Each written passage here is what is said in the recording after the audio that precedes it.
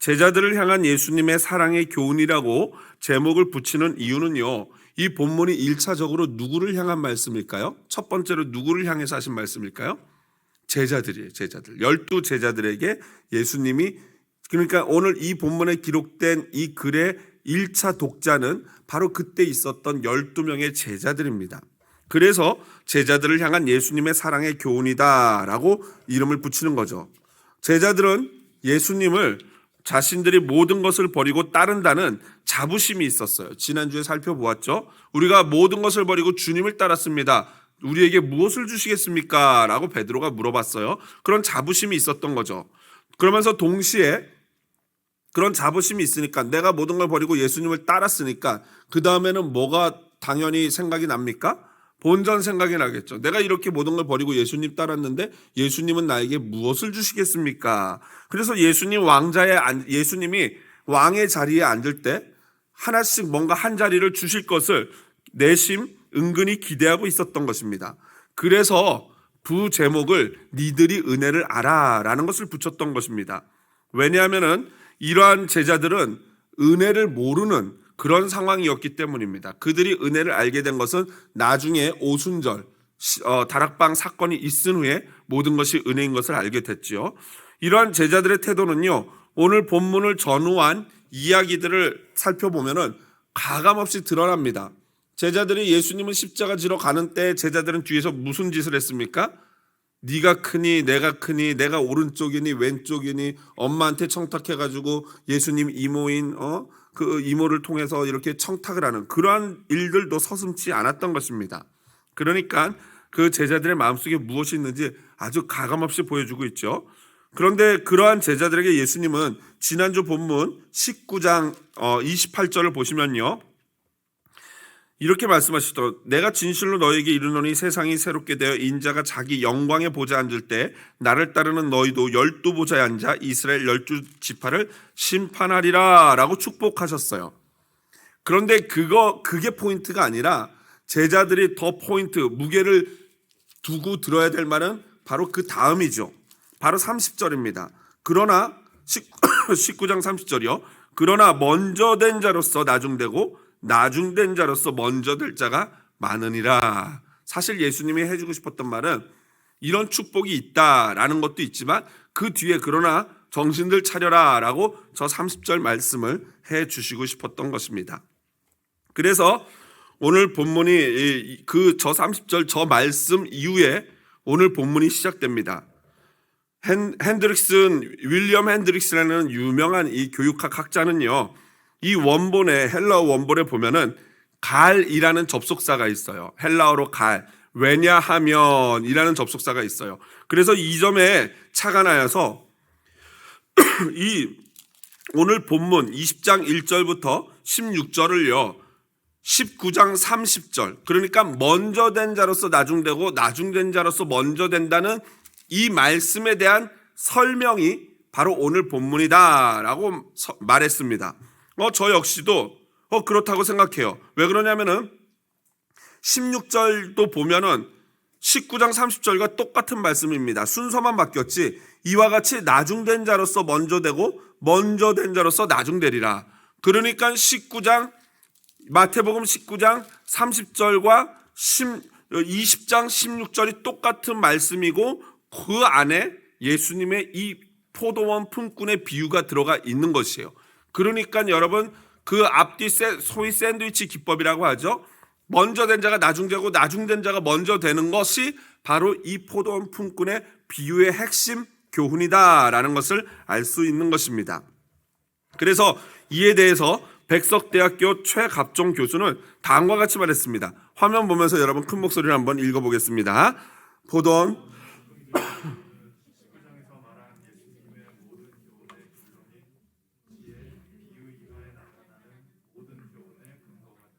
라고 말했습니다. 포도원 품꾼들의 비유는 19장에서 말한 예수님의 모든 교훈의 결론이자 동시에 비유 이하에 나타나는 모든 교훈의 근거가 된다. 그렇습니다. 그러니까 이 포도원 품꾼 비유가 굉장히 중요하고 이 품꾼 비유는 사실은 마태복음 19장, 20장 전체의 핵심 포인트라고 할 수 있는 그러한 비유인 것입니다. 자, 그렇다면 이 비유의 핵심 주제가 무엇일까요? 가장 중요한 게 무엇일까요? 먼저 본문은 천국에 대한 비유입니다. 그리고 그 천국에 대해서 굉장히 재미난 얘기로 시작을 하는데요. 주님은 앞서서 19장에서 계속 천국의 주인공들은 천국에 들어갈 수 있는 자는 누구다라고 말했고, 어린아이와 같이 엄마 아빠를 의지하듯, 엄마 아빠를 사랑하듯, 엄마 아빠를 따르듯 하나님을 따르는 자들이 천국에 갈 수 있다라고 말씀하셨고요. 이제 결론으로서 오늘 이 본문을 말씀하시는 겁니다. 그러니까 천국은 마치 품꾼들을 구하여 포도원에 들여보내는 집주인과 같다. 이게 무슨 말이에요? 천국이 집주인과 같대요. 포도원 품꾼들을 구해가 찾아서 이 포도원에 들여보내는 집주인과 같다. 그러니까 여기서 핵심은 천국은 집주인과 이 꼴인 거죠. 그 집주인이 누구냐, 어떤 존재냐를 잘 파악하면 천국이 어떤 곳인지를 알 수 있어요. 그런데 이 집주인은 되게 좀 어떻습니까? 이상합니다. 보통 일꾼을 쓰려면요, 미국이건 한국이건 제가 미국도 살아보고 이 한국도 살아보지 않았습니까? 제가 그런 사람입니다. 여기서 다 그런 분인데 잘난 척 같네요. 역시 지금 미국에 살고 있는데 한국 문화도 보고 미국 문화도 봤는데 두 나라 다 이 인력시장 제도가 있어요.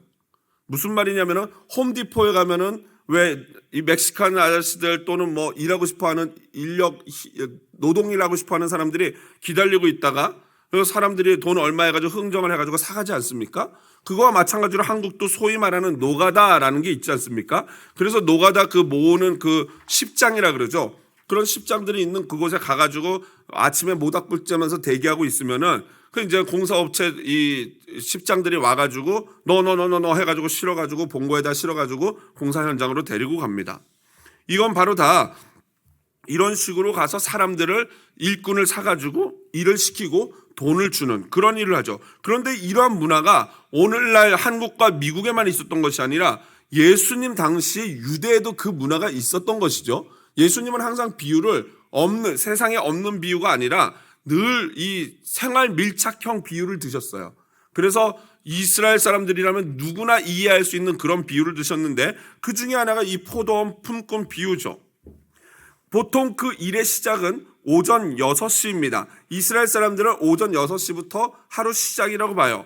그래서 1시, 2시, 3시 해가지고 제 6시가 되면은 하이눈, 정오가 되고요. 다시 이렇게 쭉쭉쭉 시간이 지나서 9시가 되면 오후 3시가 되고 이제 다시 12시가 되면은 이제 저녁 6시가 돼서 일이 끝나는 거죠.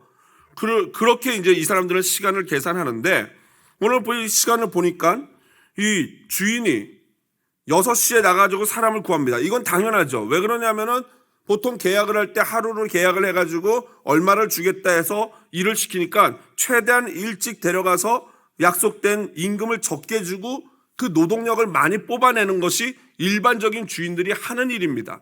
그런데 이 주인은 이상해요. 그렇게 6시에 와서 사람들을 데려갔는데 시간을 보니까 아침 9시에 다시 시장에 와봤어요.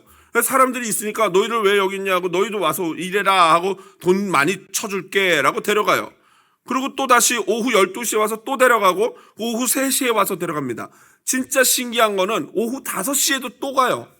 여러분 오후 6시면 이제 일이 끝나요. 1시간밖에 남지 않았어요. 그러면은 사람을 데려갈 때가 아니고 이제는 결산할 때 아니겠습니까? 그런데 주인은 시장에 나가가지고 그 놀고 있는 사람들을 불러다가 내 포도원에 가서 너희도 일해라, 내가 돈 줄게 라고 데려가는 것입니다. 참 이상한 주인이죠. 그리고 모든 일이 끝나고 임금을 지불하는 순간이 됐어요. 그 맨 나중에, 그러니까 오후 5시에 5pm에 온 그 일꾼부터 돈을 주는데 한 데나리온을 줍니다. 한 데나리온은 당시의 노동자의 하루 품삯이에요. 그러니까 1시간이라고 그 사람이 하루 품삯인 한 데나리온을 받았고 오늘날 돈 달러로 바꾸자면은 100달러에서 200달러 정도 일반적으로 되는 그 정도 돈입니다. 아니면 좀 요즘 물가가 높아져서 더 될 수도 있지만 여하튼 그 정도예요. 그러니까 이 사람 입장에서 너무 놀랬겠죠. 나 1시간밖에 일하지 않았는데 하루 일당을 주니까 얼마나 감사하고 얼마나 좋았겠습니까? 그러니까 이제 맨 처음 오전 6시에 왔던 사람은 어떤 마음이 생기겠습니까? 우와, 대박. 속으로 했을 거야. 대박. 제가 1시간 남기고 온 제가 한 데나리온을 받으면 그럼 나는 뭐 12데나리온 받는 거야? 왜냐면은 걔는 1시간 일했고 자기는 12시간 일했으니까. 그런 생각 안 하겠습니까? 그런데 신기하게도 이 주인이 각 시간대마다 온 사람마다 다 똑같이 한 데나리온, 한 데나리온, 한 데나리온을 주는 거예요. 그럼 마지막에 오전 6시에 왔던 그 친구는 그걸 받으니까 마음이 어떻게 돼요? 원래 계약은 어떻게 했어요? 한 데나리온 받기로 했잖아요. 계약대로 받았어요. 그런데 그 사람의 마음이 어때요? 뭔가 자기가 손해본 것 같고 뭔가 이 뾰루퉁하고 막 화가 나는 거예요. 그래서 주인에게 컴플레인을 하죠. 아니, 왜 저 사람은 1시간밖에 일했는데 안 했는데 한 데나리온 주고 나는 12시간이나 일했는데 왜 나도 똑같이 한 데나리온 주냐고. 나는 12데나리온 줘야 되는 거 아니냐. 이렇게 합리적으로 따졌겠죠. 그렇지만 이 항의에 대해서 주인이 더 논리적으로 13절부터 15절에 보니까 훨씬 더 논리적으로 그 주인의 그 일꾼이 항의하는 것이 얼마나 비합리적인지를 말해줍니다. 감정은 이해가 되지만 그의 주장은 하나도 설득력이 없어요. 왜요? 계약을 한 데나리온 받기로 했고, 그리고 내가 주인인데 내 돈을 가지고 1시간 일하는 이한테 한 데나리온을 주건, 걔한테 2데나리온을 주건, 100데나리온을 주건, 그건 누구 마음이에요? 주인 마음인 거예요. 사실은 할 말이 없는 거죠.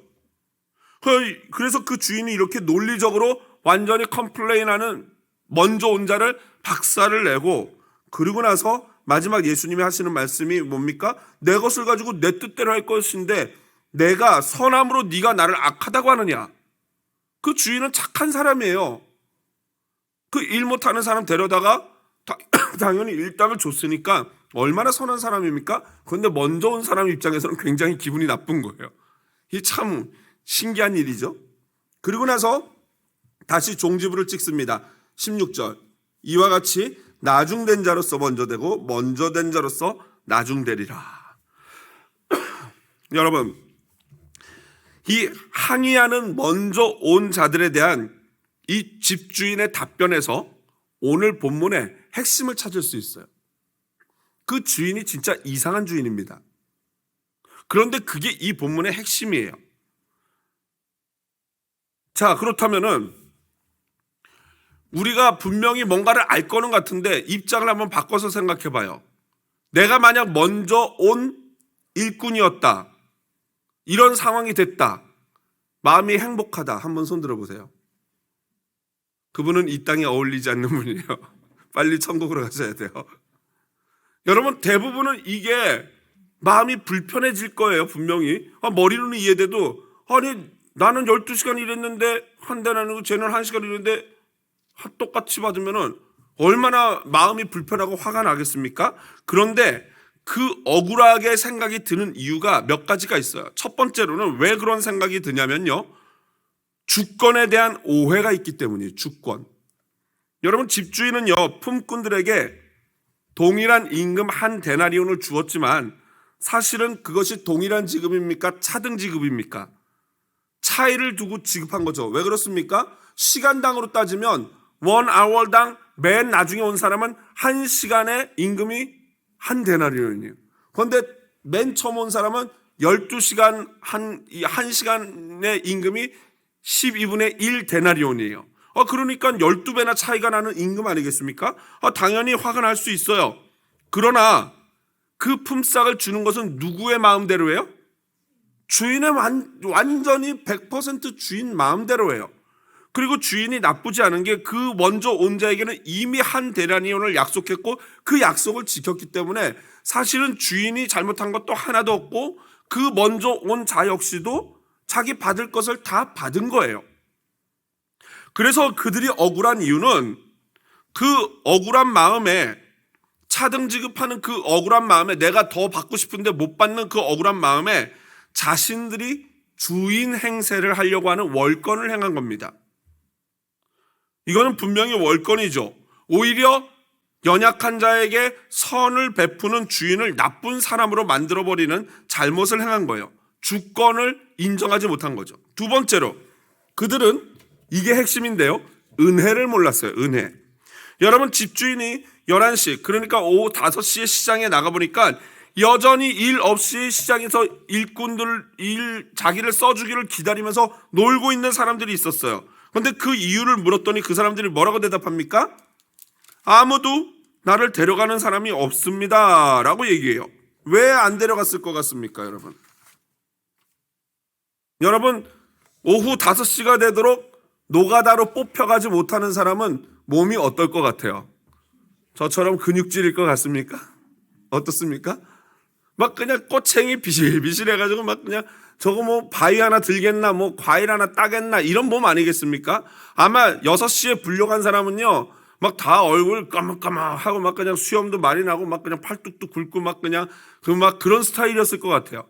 그런데 이 5시까지 뽑혀가지 못한 이 사람은 보면은 아주 얼굴은 창백하고 그냥 삐쩍 말라가지고 막 날씬해서 뭐 그냥 이 피골이 상접한 그러니까 백가죽과 뼈가 붙어있는 그런 몸일 거란 말이에요. 안 봐도 비디오 아니겠습니까? 그러니 사람들이 아유 쟤는 일 못하겠다 안 되겠다 하고 안 써간 거죠. 반면에 먼저 뽑힌 사람은 건장한 체구고요. 그런데 문제는요, 이 가장 먼저 뽑힌 자나 맨 마지막에 뽑힌 자나 자신 스스로가 자신이 그렇다는 걸 알아요, 몰라요? 알아요. 그래서 먼저 뽑힌 자는 그렇지 역시 이럴 줄 알았어. 내 몸이 이렇게 좋고 내가 이 판에서 논 것만 해도 내가 잔뼈가 굵은 사람인데 난 맨날 이렇게 일찍 뽑혀가더라고 하면서 뭘 하는 거예요? 교만을 떨게 되죠. 그런데 반대로 맨 나중에 뽑혀간 사람은 어떻겠습니까? 마음이 가난해지는 거예요. 그래요. 오늘도 내가 우리 가족을 굶기는 거 아닌가 했는데 이 마지막 기적이 일어난 거죠. 1시간 남겨놓고 어느 선한 주인이 와가지고 자기를 뽑아주니 여러분 이 마지막에 뽑힌 사람은 1시간 일하는 시간 동안 어떻게 일했을 것 같습니까? 아마 열심히 눈물을 콸콸 흘리면서 온 힘 다해서 아마 몸이 부서지도록 일했을 거예요. 그러면서 오늘도 아내와 자녀를 내 애들 토끼 같은 자식들 굶길 줄 알았는데 이게 왜 은혜냐 하면서 그냥 이를 악물고 일했을 것입니다. 여러분 누가 1시간밖에 남지 않았는데 새로운 일꾼 그것도 이토록 허약한 사람을 쓰겠습니까? 하지만 먼저 부름받은 자는요 이 마지막에 부름받은 자가 주인이 베푼 것을 은혜로 여겼잖아요. 그런데 먼저 부름받은 자는 주인이 자기를 뽑힌 것을 은혜로 여길까요? 내 능력으로 여길까요? 그렇죠. 먼저 뽑힌 자는 내 능력으로 여기는 거예요. 은혜가 아니라 주인이 나를 뽑아줘서 내를 일을 시키고 돈을 주는 게 아니라 주인 입장에서는 사실 그 사람 안 뽑아도 돼요. 그냥 그 사람 너 그래 몸 좋네 그래 열심히 헬스해라 하고 다른 사람 뽑으면 돼요. 그런데 자기를 뽑아준 게 자기가 잘나서 뽑아줬다고 착각을 하는 거죠. 그러면서 오히려 주인의 주권까지 침해해서 주인을 나쁜 사람으로 만들어버리는 잘못을 범한 것입니다. 그러나 나중에 온 자는 은혜를 은혜로 알고 있어요. 그러한 자는 절대로 감사한 마음을 잃어버리지 않는 거죠. 자, 그렇다면 여기서 마지막 한 가지 질문만을 하고 말씀을 정리하도록 하겠습니다. 여러분 여기서 먼저 온 자는 누구일까요? 먼저 온 자가 누구고 나중 온 자가 누굴까? 이에 대해서 학자들이 많은 의견들이 많이 있습니다. 그리고 칼빈 목사님 같은 경우에는 이 먼저 온 자가 유대인은 아니고 나중 온 자가 이방인도 아니다라고까지 못을 박았으나 저는 이 본문을 보면서 또 위대한 학자들도 이렇게 좀 실수할 때가 분명히 있다라는 걸 봐요. 본문은 정확합니다. 이 본문이 얘기하고자 하는 바는 너무나도 명확해요. 그건 바로 하나님의 은혜예요. 하나님의 은혜. 여러분 먼저 온 자는 그래서 첫 번째로 유대인들이라고 할 수 있습니다. 여러분 이미 하나님은 4,000년 전에 유대인을 택하셨어요. 이스라엘 전체를 택하셨어요. 그래서 마치 포도원 농부들처럼 그들에게 첫 번째로 추수하는 일을 맡겼고 그들이 여호와 하나님을 만방에 전해야 될 그런 선민으로 선택받았음에도 불구하고 그들은 자부심으로 말미암아 말씀에 순종을 못하게 되고 오히려 차려진 밥상을 걷어차는 어리석음을 범했어요. 구약에서 그들이 범한 죄악은요, 하나님의 말씀대로 과부와 불쌍한 가난한 고아를 돌보아야 함에도 불구하고 전혀 개의치 않고 자기 배불리는 데만 힘을 썼어요. 그리고 신약에 와서는 더 큰 죄를 범하죠. 하나님이신 그리스도가 눈앞에서 말씀함에도 불구하고 그 그리스도를 하나님으로 인정하지 못했던 것입니다. 여러분, 지금도 세계에서 가장 예수님을 믿지 않는 대표적인 민족이 바로 유대인이라고 합니다. 기독교인 비율이 불과 2%밖에 안 된대요. 유대인 중에 예수님을 믿는 자들을 메시아닉 주라고 하지 않습니까? 제가 얼마 전에 이 클립 하나를, 이 극동방송에서 나온 영상 클립 하나를 봤는데요. 거기 보니까 마크 애들러라는 교수님인데, 유대인 교수님이에요. 미국에 와서 사는 교수님인데, 유대인인데 그분이 메시아닉 주예요. 근데 그분이 예수 믿게 된 것을 간단하게 간증을 하는데, 잠깐 봤는데 얼마나 눈물이 쏟아지는지 몰라요. 그 유대인이 하나님을 믿게 돌아오게 되는 건요, 이 또 다른 뭔가 이 희열이 느껴지더라고요. 희열이. 한번 여러분들 추천해 드립니다. 마크 애들러 교수인데 극동방송국에서 한 건데 한번 보십시오. 저 잠깐 보는데 엄청 은혜가 되더라고요. 이분이 그런데 누가 전도하지도 않았어요. 본인이 조깅하다가 하나님의 어떤 이 은혜를 받고 내가 열매 맺는, 하나님의 열매 맺는 자가 돼야겠다라는 마음을 주셔서 열매 맺는 자가 되겠습니다 하고 뭘 시작했냐면 과일 장사를 시작했대요. 열매는 프루시니까 과일 장사, 이게 하나님이 나를 과일 장사라는 거구나 하고 과일 도매를 시작했대요. 그런데 자꾸 하다가 망하고 잘 안 돼가지고 어느 날 간판집 가게를 갔는데 그 간판집 가게의 사람이 예수 그리스도를 믿는 자였대요. 그래서 이제 우연히 이제 얘기하게 됐는데, 자기가 유대인인 건 모르고요. 얘기하게 됐는데 그 사람이 우리 요한복음 3장을 읽어봅시다 하고 읽어서 같이 읽으면서 이제 은혜를 받고 다음 주에는 15장을 읽어봅시다 하더니 그 말씀에서 놀라운 은혜를 받고 스스로 변화가 된 거예요.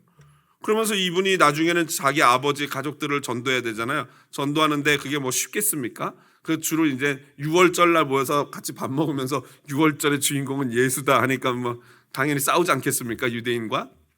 그러다가 마지막에 이제 아버지가 돌아가시기 얼마 전에 이제 아버지한테 아버지가 젊었을 때 예수님을 만났었으면 좋겠다라고 하면서 막 마지막에 차 안에서 같이 얘기를 나누는데, 이제 돌아가시기 바로 얼마 전에 누가 장례를 집행해 주기를 원합니까? 라고 물었대요. 유대인들은 누가 해달라고 하겠습니까? 그렇죠. 당연히 랍비한테 하겠죠, 유대인들은. 그런데 아버지가 그 마크 이 애들러, 자기 아들 교수를 가리키면서 네가 해라. 그러면 나는 장례식 때 복음을 전할 건데요, 네가 해라. 그러면서 이분이 나중에 천국에서 그 아버지를 만날 것을 막 간증하는데 얼마나 은혜가 되는지 몰라요. 여러분 한번 꼭 보십시오. 또 달라요. 뭐 사실 뭐 영혼이 다 똑같겠지만 이 유대인들이 예수 믿는 거는 또 다른 어떤 진짜 잃어버린 아들을 찾는 그런 느낌이 있어요. 먼저 됐는데 나중 됐다가 다시 돌아오는 그 느낌이 놀랍습니다. 두 번째로 먼저 온 자들 누구일까요? 바로 제자들이에요. 오늘 이 본문 말씀이 누구에게 하는 거라고요? 그렇죠. 12제자를 대상으로 하시는 거예요.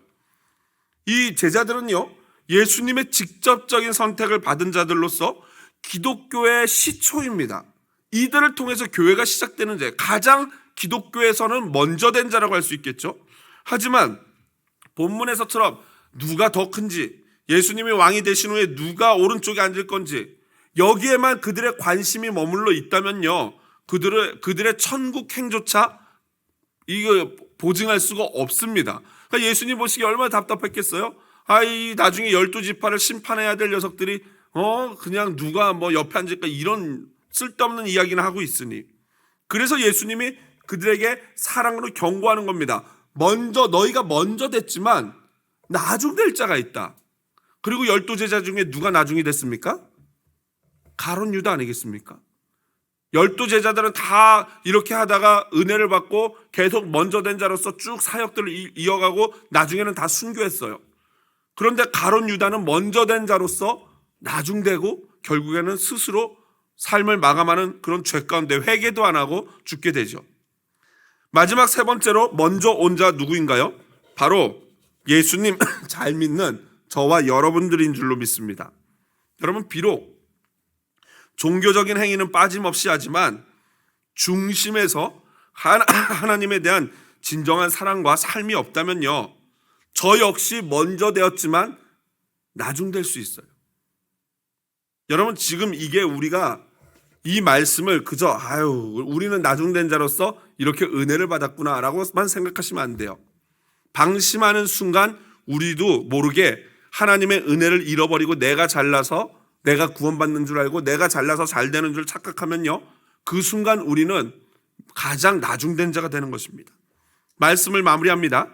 천국에서 큰 자, 먼저 된 자는 어떠한 자입니까? 바로 이러한 자예요. 오직 하나님의 은혜를 잊지 않고 그 은혜에 눈물 뚝뚝 흘리는 이 사람이 가장 하나님 천국에 가까운 자고 큰 자예요. 모든 것이 하나님의 은혜임을 알고 입술로 고백하는 자, 사역할 수 있는 사역지를 주심을 감사, 직장을 주심을 감사, 내가 그래도 이렇게 일할 수 있는 건강 주신 감사, 지혜 주시는 걸 감사, 그래도 뭐 그냥 툭딱툭딱 하면서 서로 그래도 같이 살고 서로 어려울 때 도울 수 있는 가족 주심을 감사. 여러분, 이 모든 것이 은혜인 것을 아시는 줄로 믿습니다. 아셔야 할 줄로 믿습니다. 지금까지 내가 지내는 것이요, 여러분 눈 감고 곰곰이 생각해 보세요. 다 하나님의 은혜인 줄로 믿습니다. 여러분, 우리가 예수 믿는 것도 하나님의 은혜고 오늘 금요 기도회 이 자리에 나올 수 있는 것도 하나님의 은혜가 없으면 불가능한 줄로 믿습니다. 여러분, 그 은혜를 느끼고 끝까지 그 감사와 감격을 잃지 않는 자가 가장 먼저 된 자가 되는 것입니다. 그리고 그 자리를 지킬 수 있습니다. 그리고 천국은 이러한 일꾼들이 가는 곳입니다. 은혜를 은혜로 아는 자, 은혜를 은혜로 알 수 있는 그 은혜를 달라고 기도하는 저녁 되기를 주님의 이름으로 부탁드립니다.